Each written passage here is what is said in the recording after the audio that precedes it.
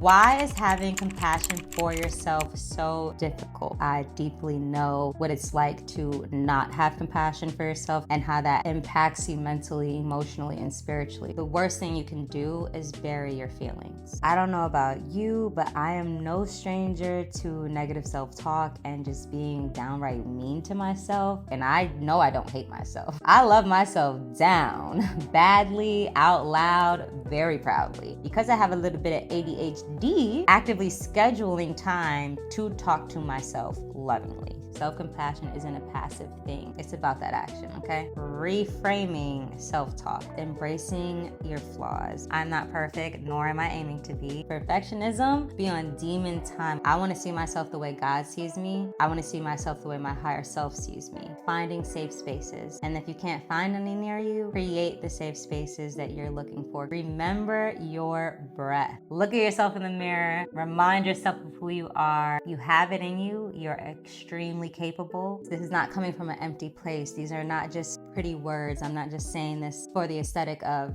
having self-compassion. I really live by them. I really do them. And I hope that they help impact you and change your life in the same way that they have been changing mine. What's good, you guys? Welcome back to my channel, or welcome if you're new. I just want to take some time to thank you so much for showing up this week, for me, for yourselves. And in this video, I want to get into compassion. More specifically, self-compassion and our ability to have it or have difficulties applying it to ourselves. Compassion is our ability to recognize the suffering of others while also feeling the desire to help. Most of us don't find it particularly challenging to be compassionate towards others. When it comes to our loved ones, the people we encounter on the street, and even random people on the internet, it's easier to be kind, empathetic, understanding, and generally just have compassion for them. When we see others suffering, whether we know them directly or not,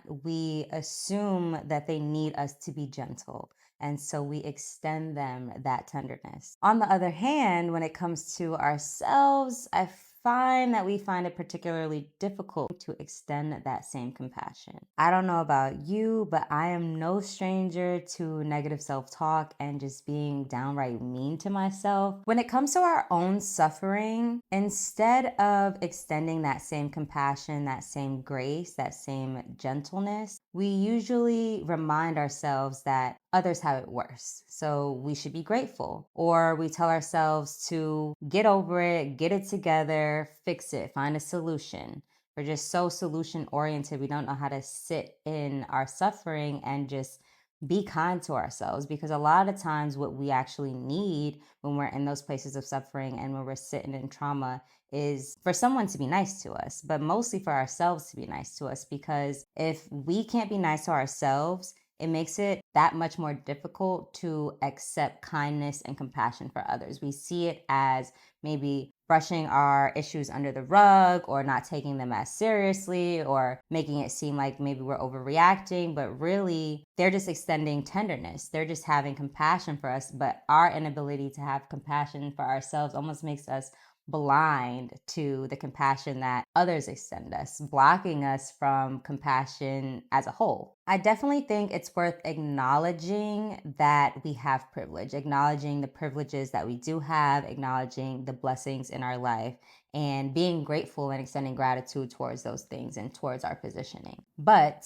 I do not subscribe to the idea of being grateful for suffering. Although I am a believer that we should find gratitude in our seasons of preparation, like those seasons where God is preparing us to step into our purpose and preparing us for what's next in our journey. I don't think we need to just be grateful for suffering as a whole and our ability to shoulder and handle suffering. That is a trauma response, okay?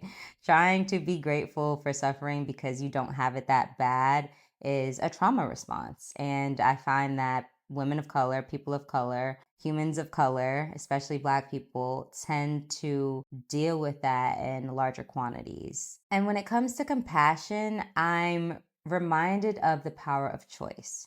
right? A lot of us have the privilege to choose what we want to do, what we don't want to do, what we want to feel, what we don't want to feel, what we want to say, what we don't want to say, who we want around us, who we don't want around us, what environments we want to be in, and the environments that we don't want to be in.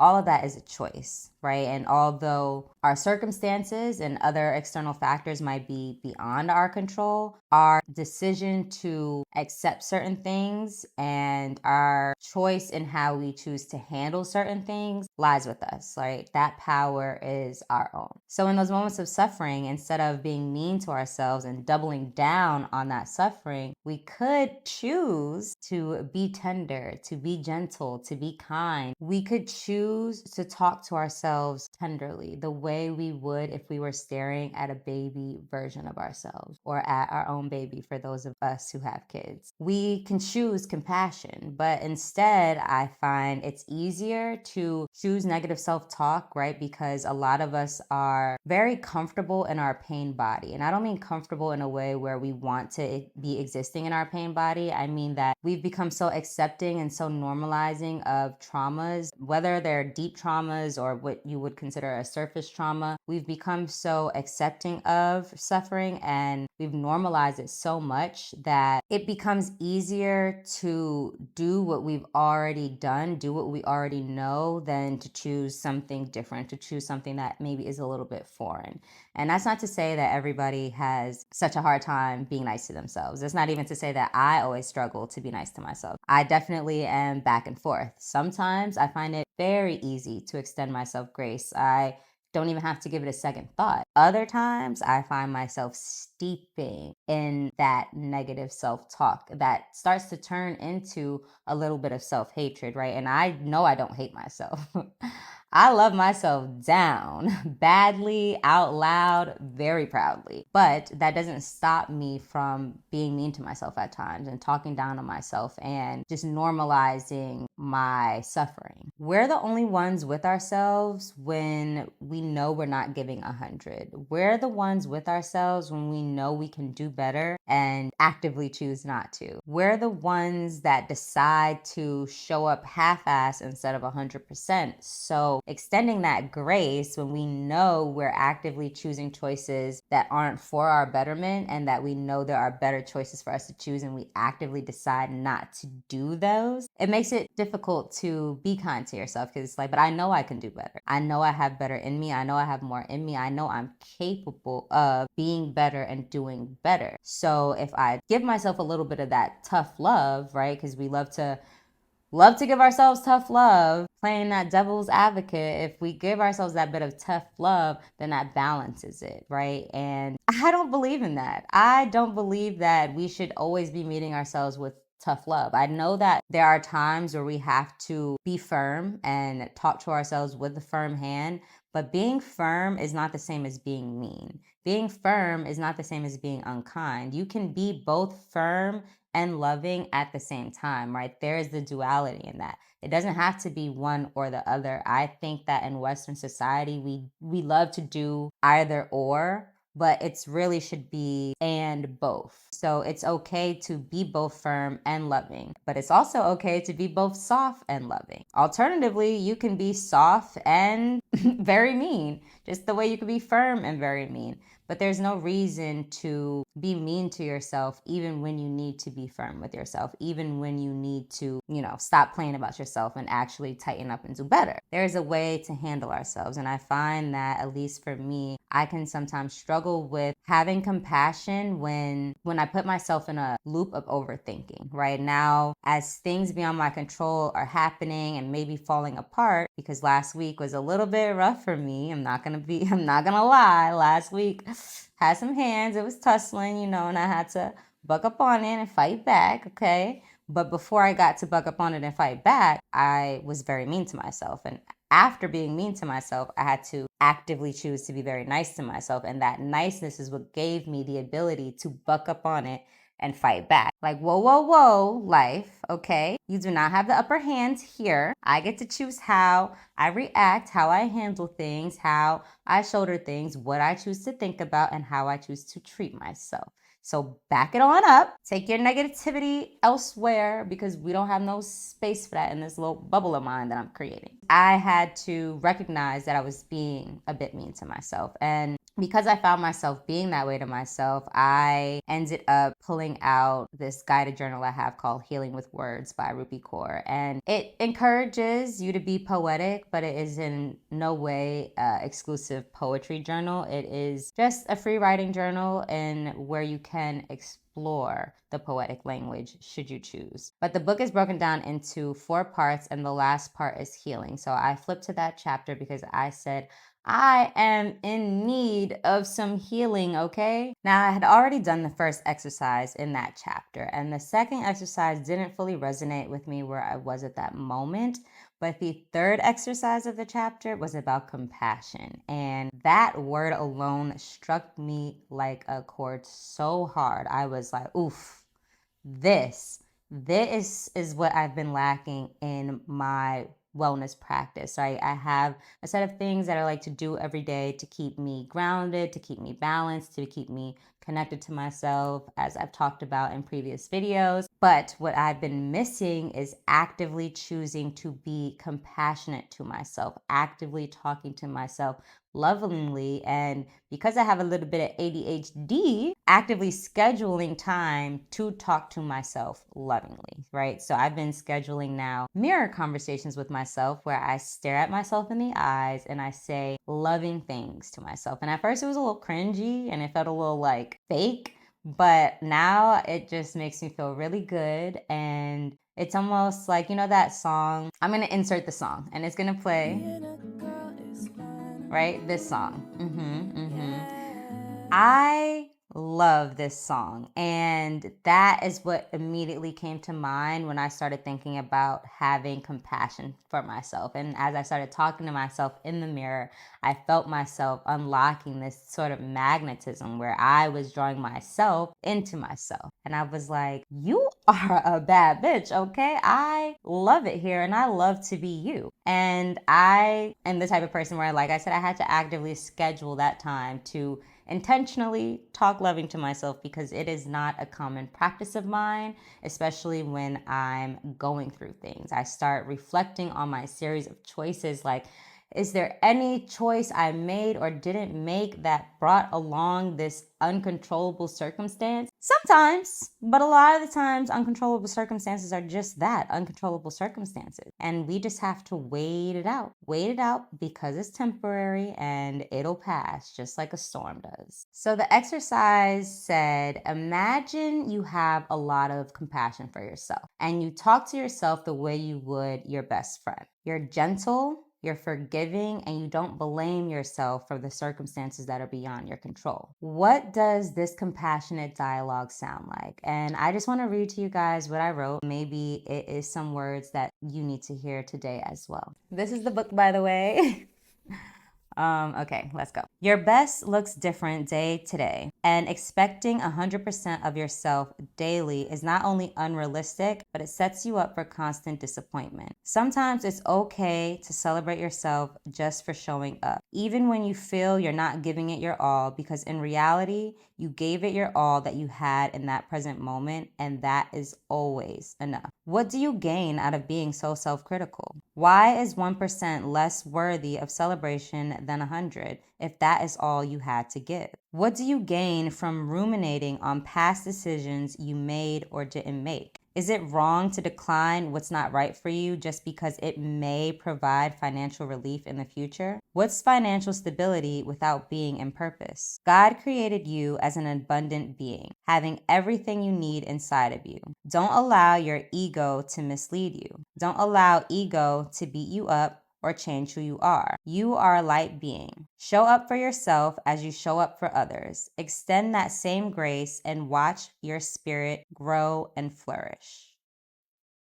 I don't know who needed to hear those words, but over the course of last week, I sure did. So hopefully it resonates with whomever is watching. Ironically, these words are even more impactful today in this moment than they were when I first shared them with you, which was 2 days ago, because this half of the footage, the second half of the footage, the audio is completely lost. A video of me talking with no sound. In the editing process last night, I was devastated. I was just like, how could this happen? How could I let this happen? I realized that I must have pressed the mute button at some point while recording, and that is how I lost that second half of audio. Initially, I wanted to beat myself up about it, just being like, you need to pay more attention, you need to be more aware, you need to have more awareness, you need to see about what you're doing. Next time, use headphones so you're making sure that the audio is recording before you start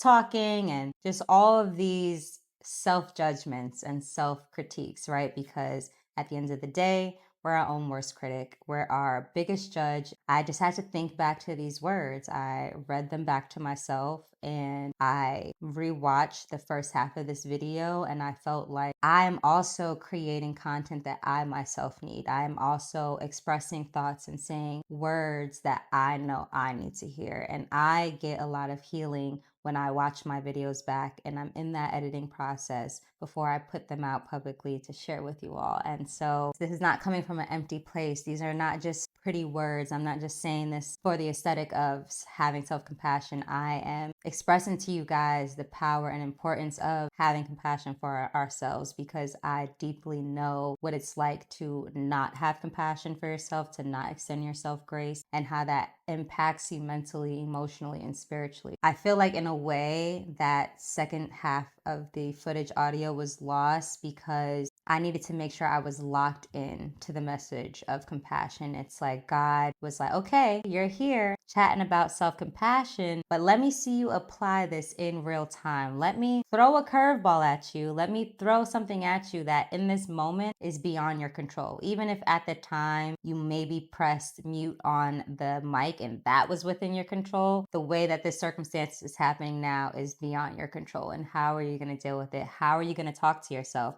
And more importantly, what action are you going to take? Initially, I cried, right? I'm going to be honest with y'all. I cried a little bit just at the frustration and disappointment. And then I had to remember, like, whoa, you're an amazing being and you're putting out messages that is going to largely help others, and you're servicing the needs of others. When you're doing work to help impact other people, it's always going to work out as it needs to. Things are always going to fall into place as they need to. I just had to buck back at life, like I mentioned earlier. I had to get the tears out, have the initial wave of negative self-talk, and then I was able to get into that actionable mindset of just talking to myself more compassionately. I expressed a little bit of my frustration to my man, to some of my friends, and then it was just like, okay, create a plan. The plan was I'm just going to redo my makeup, fix my hair, put back on the same shirt, and continue recording this message, because at the end of the day, I need these words, you need these words. These words are here to help us, and this message was one that needed to be shared. And I can't let unfortunate life circumstances get in the way of the things I need to do. But in order to bridge the gap between the suffering that comes with unfortunate circumstances to having self-compassion, I needed to take action, right? It's an actionable thing, practicing having compassion with ourselves. Maybe this happened for a reason. Maybe the words and message I have to share now with this new perspective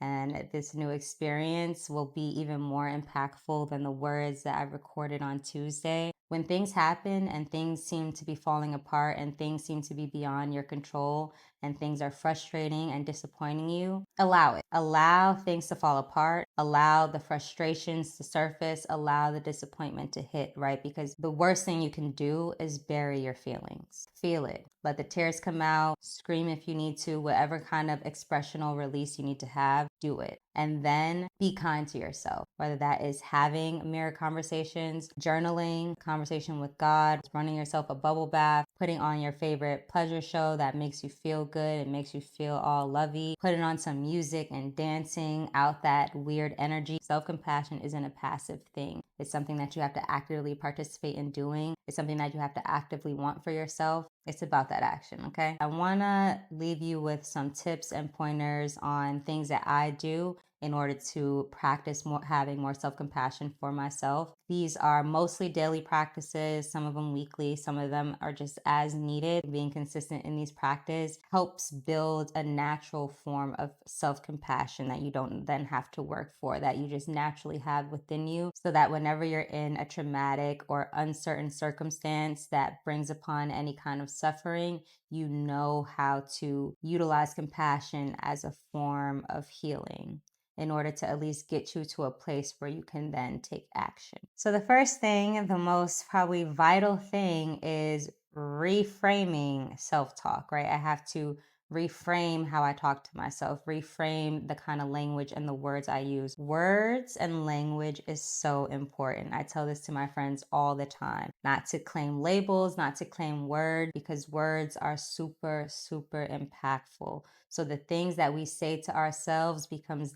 things that we believe, and that becomes the things that we manifest in a tangible way. And I know at times that can be easier said than done, because our inner critic is so loud and it's almost amplified by societal pressures, right? Especially if you live in a fast-paced environment such as an inner city like New York. You already know the inner critic gets even louder because it's just boosted by all this external heavy energy from other people. We have to be able to quiet that, because it's not telling you any truths.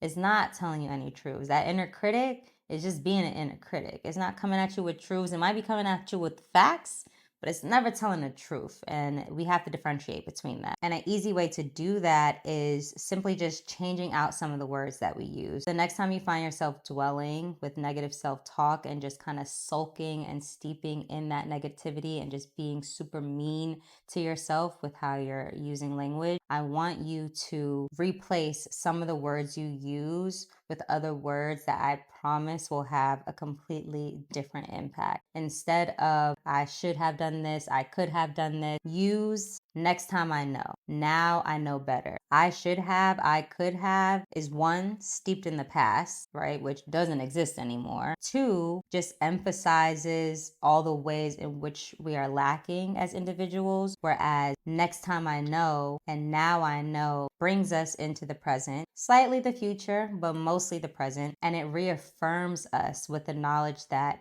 we have everything we need. Sometimes we're just blinded to the things that we have already inside of us. But if we reframe the way we talk to ourselves, it becomes a lot easier to recognize our uniqueness and our gifts and our beauty and just all the things that we have going for ourselves and all the things that we have to give others and give to the world. Another thing I do, and the second point I would like to bring up, is embracing your flaws. It is so important to embrace all of the unique parts about yourself, right? All of the unique parts about ourselves. As I mentioned in the last video, perfection is its own demon. Perfectionism be on demon time, okay? Kick perfectionism to the curb.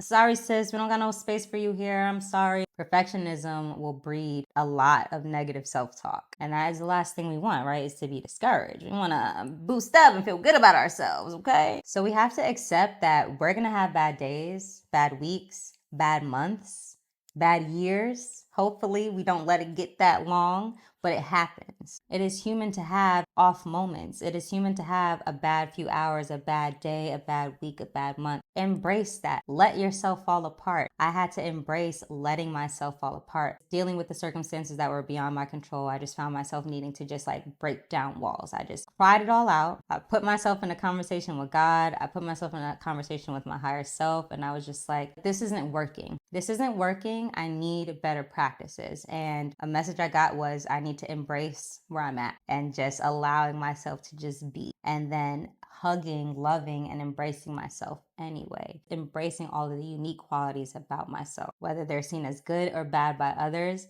is irrelevant. It's how do I see them? I want to see myself the way God sees me. I want to see myself the way my higher self sees me. I owe that to myself. I'm deserving of that, and I have that in me. So in order to do that, I have to embrace who and where I am in the present at all times, good or bad. Another point I would like to bring up is just acknowledging the burden of representation and whatever placement we have in our lives and in society, and the burden that sometimes comes with that we shoulder on and it isn't our own, that forces us to talk to ourselves in ways that we wouldn't naturally talk to ourselves without those external burdens. I grew up a Black woman in America, an oldest sibling, and both of those carry their own sets of individual pressures. Putting them together carries obviously its own unique layer of pressure. But I am not the voice of all Black women. I am not the voice of all oldest siblings. I don't need to shoulder on the weight and that responsibility that comes with being an example. I think I've spent the better half of my life constantly thinking about myself as being an example, right? Because when you grow up an oldest sibling, any of you who are out there and are oldest siblings, you know your parents are constantly telling you to be an example for your youngest sibling. So you start to learn from a very young age to mature a lot faster, put up a facade, and to put on a mask so that you're always presenting yourself as the best version, the best example. But it's not enough to just be the best version, the best example. We just have to be the most authentic version, the most transparent example, the most real. I had to remove those limiters, remove the shackles of those burdens. Like, yes, I am still an older sibling. I now have 5 younger siblings, and I am still a Black woman in America. These facts about myself are not going to change. I need to just be more transparent with the people in my life and find a way to be more transparent and vulnerable with myself, releasing myself from anything put on me that isn't naturally of and in me. For any of you out there, whatever unique representation that you have, whether it is about your race, your gender, your sexual preference, release that. You're not the voice of everyone. You're not the voice of the masses. You are uniquely you. And anyone who resonates with you are the ones who are supposed to resonate with you. A fourth point I would like to bring up, and this one has been very crucial in this year especially, and that is finding safe spaces. And if you can't find any near you, create the safe spaces that you're looking for, create the safe spaces that you need. But it is so important to find your community and find those physical, in-person safe spaces that you can go to and feel compassionate energy from others and allow yourself to be vulnerable and be transparent and be authentically your whole full self in these spaces, right? Because these spaces will encourage a lot of self-acceptance, self-compassion, self-love. Whether this is in community that you are just meeting for the first time and developing relationships with, whether this is in your friendships and your family members, your chosen family, right? Just find those safe spaces, create those safe spaces for yourself to exist in authentically as your full self. For me, I have several safe spaces where I can be in community outside of just like my immediate close friendships and my immediate close family relationships. The pole dance studio that I go to practice aerial hoop and pole dancing, that community is so encouraging, so uplifting, so supportive. It is hard to ever feel bad about yourself when you're in that building. Another safe space I want to bring up is a nonprofit organization called A Safe Space Mentor, which if you're in New York City, look up a safe space mentor. I promise you, you will not regret it. They bring a lot of unique experiences to our community, specifically communities of color. I go to a monthly support group with them, which is a group of beautiful Black women, Black femmes, Black queer people. It's such a beautiful, welcoming, safe space where we keep everything in that group and we're just very encouraging and supportive of one another. And we're not there to necessarily give each other advice, but they're just to give each other a hand on the shoulder, a compassionate hug, just some love so that you leave that meeting like, I am a bad bitch. I am the shit. Safe spaces will uplift you and elevate you in ways that you can't always do on your own. And so they're so valuable to have. And like I said, if you can't find safe spaces, create them. Create them among your friends. They could be book clubs, monthly meets, it could be run clubs, just wherever you find your people. but find your people. And lastly, and I know this comes as no surprise, especially if you have been watching my videos for some time now, but is remember your breath. Breathing is my number one go-to whenever I need to reset my nervous system, whenever I want to get closer to God, whenever I want to get closer to being in my body, whenever I need to be brought back to the present moment, whenever I'm trying to stave off an anxiety, potentially turn panic attack. Breathing is something that we all have access to. Breathing is one of the easiest tools out there. You don't have to think about it too hard. You already breathe naturally as a human, right? So it's just being a little bit more intentional about your breathing and taking deeper breaths so that you feel that breath and that oxygen just moving through your entire body, and you're inhaling the energy and the thoughts and the beliefs that you want to have, and you're exhaling all of the energy and all of the beliefs that you know are not serving you well. I really don't feel like I need to expand too much on that verbally. I think instead, let's just tap into a breathing exercise right now. Those of you who are seasoned in watching my videos, you already know the vibes. Find a comfortable seat, lay down just wherever you are comfortable and can relax. I invite you to close your eyes if you feel called to do so. If you don't, that is okay. Just soften your gaze so that you're not focused on anything specific. And once you have that comfortable seat, that comfortable laying down position, and your eyes are closed, I'd like to encourage you to put your left hand over your heart, right? Because that is where we have a vein that goes from our hand directly to our heart. And put your right hand over your stomach, just so you can really feel the fullness of the breath as you take it. Let's just get into it. So, ready? Inhale through the nose.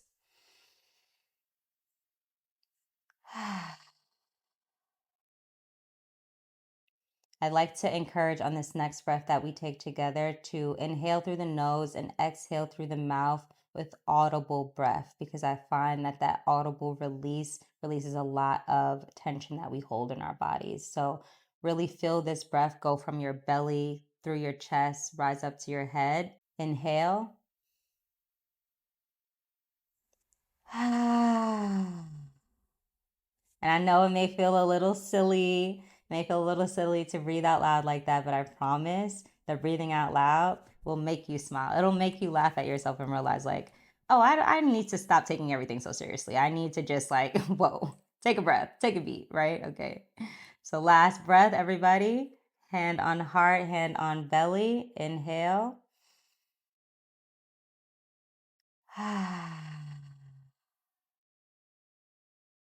Feel good? I know, right? Another form of breathing that I like to do is I'll inhale for 4 counts. I'll hold it for 4 counts. I'll exhale for 4 counts, and I'll hold that for 4 counts. Looks like this. Inhale, hold.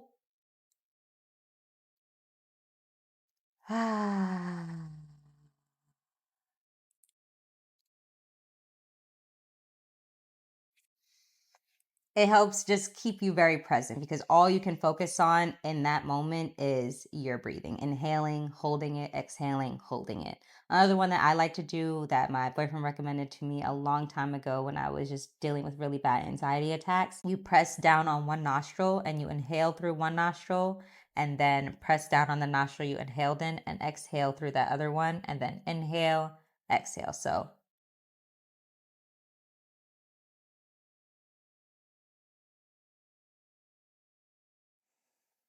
I like to do this with my eyes closed. I like to do this when I'm taking early morning walks around my neighborhood with the sun on my face and the birds chirping. And it's just really, really nice at staving off any anxiety. So I recommend all of those breathing exercises, and I really live by them. I really do them. And I hope that they help impact you and change your life in the same way that they have been changing mine. So that leads us into today's takeaways, today's journaling prompts, today's just things to ponder, things to find awareness on. Why is having compassion for yourself so difficult?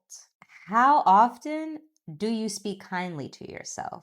Does speaking kindly to yourself come naturally, or is it something you have to be more intentional about doing? Lastly, what does this current version of yourself need right now? I mean, like right now, in this very moment. Do you need to give yourself a nice big hug? Do you need to sit in front of a mirror and talk nicely to yourself? Talk nice to me. Do you need to call up a friend and let them speak some life into you? Do you need to have a conversation with God and let God breathe some life into you? What do you need in this moment? Maybe it's going to take a walk. Maybe it's filling yourself up with some food. Maybe you're thirsty. Maybe you're sleep deprived and you actually need to catch up on some rest.